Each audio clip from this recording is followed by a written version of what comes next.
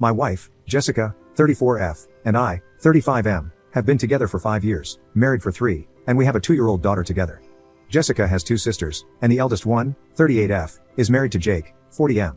A week ago, I came home from work early and wanted to scare Jessica. I tried to be sneaky, but somehow I slipped and accidentally hurt my back. Jessica came to my rescue. I went to the bedroom, and she went to the kitchen to get an ice pack. Her phone was by the bed, and a WhatsApp notification came from Jake saying, "You've got the best pair I've ever seen." I immediately knew what was happening.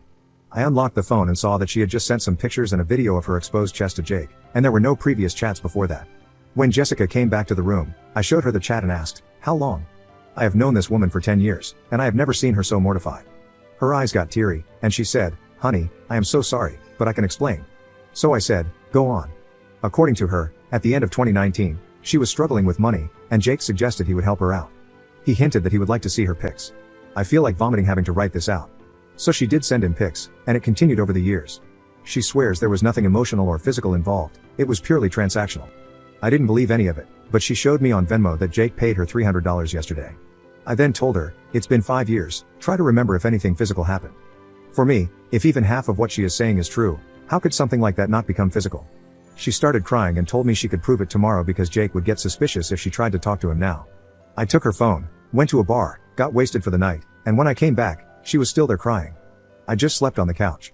The next morning, I gave her the phone, and she called Jake. The conversation went something like this: "Hey, I was wondering if you want some more pics? I'm short on money, yesterday was all I had. We can do something more this time and meet in person, I've changed my mind on that." "No way, how much are we talking about?" I felt like I was going to puke. I told her that we are done and left for the office. I am not a very wealthy dude, but I would consider myself a stable guy who could take care of his family. Now I just feel like I have failed as a man whose wife had to sell her body to meet her expected lifestyle. When I got home that night, she looked like crap. I asked Jessica why she kept taking money from him after we got married and why she didn't ask me while we were dating.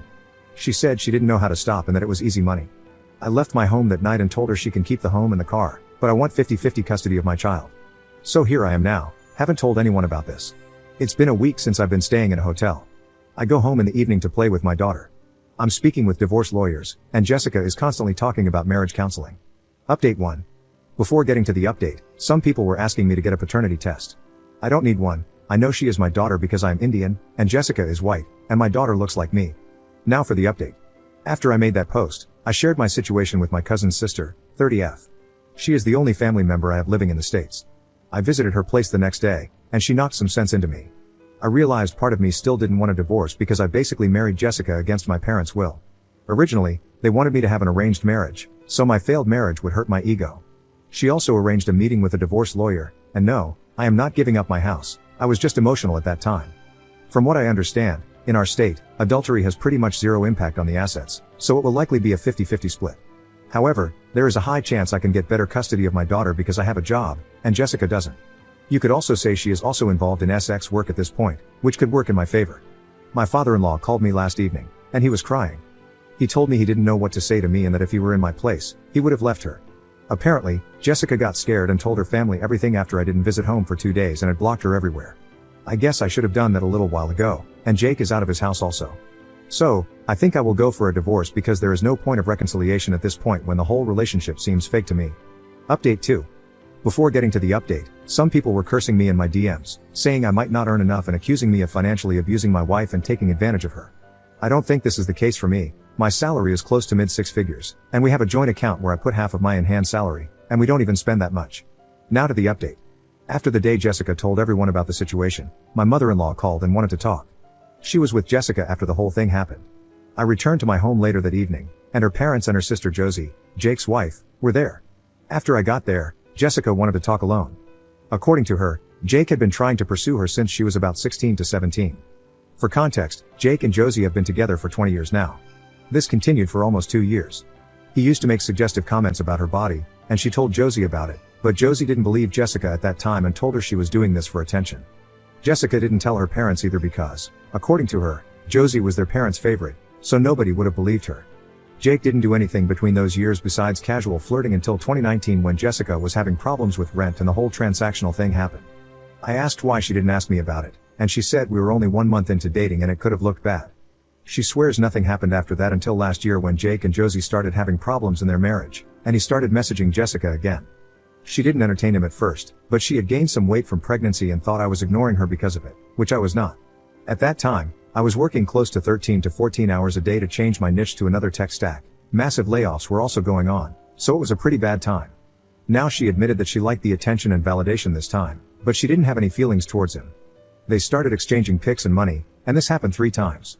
Then she admitted it was cheating, although there were no emotional or physical actions from her side, but she said that she shouldn't have done it.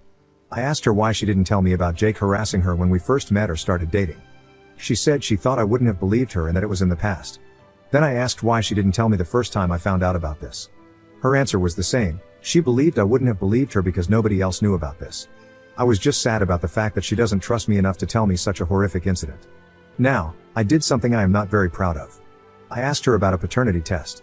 I know it was stupid, but emotionally I was in a weird place at that moment. She was totally emotionless throughout the whole conversation, but after hearing about the test, she broke down crying and started hyperventilating. I started crying too. After about 10 minutes or so, we stopped crying, and she said okay, then asked me if we are getting a divorce. I said I don't know. She then said we should get a postnup before I do something like that. That line felt like a tight slap to my face. I was like, you're not even gonna convince me not to go through with it? Then she left with her parents. The next day, she called crying, asking not to get a divorce and to start marriage counseling. Honestly, I still care about her, and I said okay. So here we are now after some weird couple of days, still getting the postnup. Her individual counseling starts next week, and our marriage counseling starts next month. Hopefully, trust will return someday. Also, Jake is denying all that. According to him, Jessica seduced him for money, and my sister-in-law is getting a divorce. I know some people are gonna call me a doormat, but I don't care.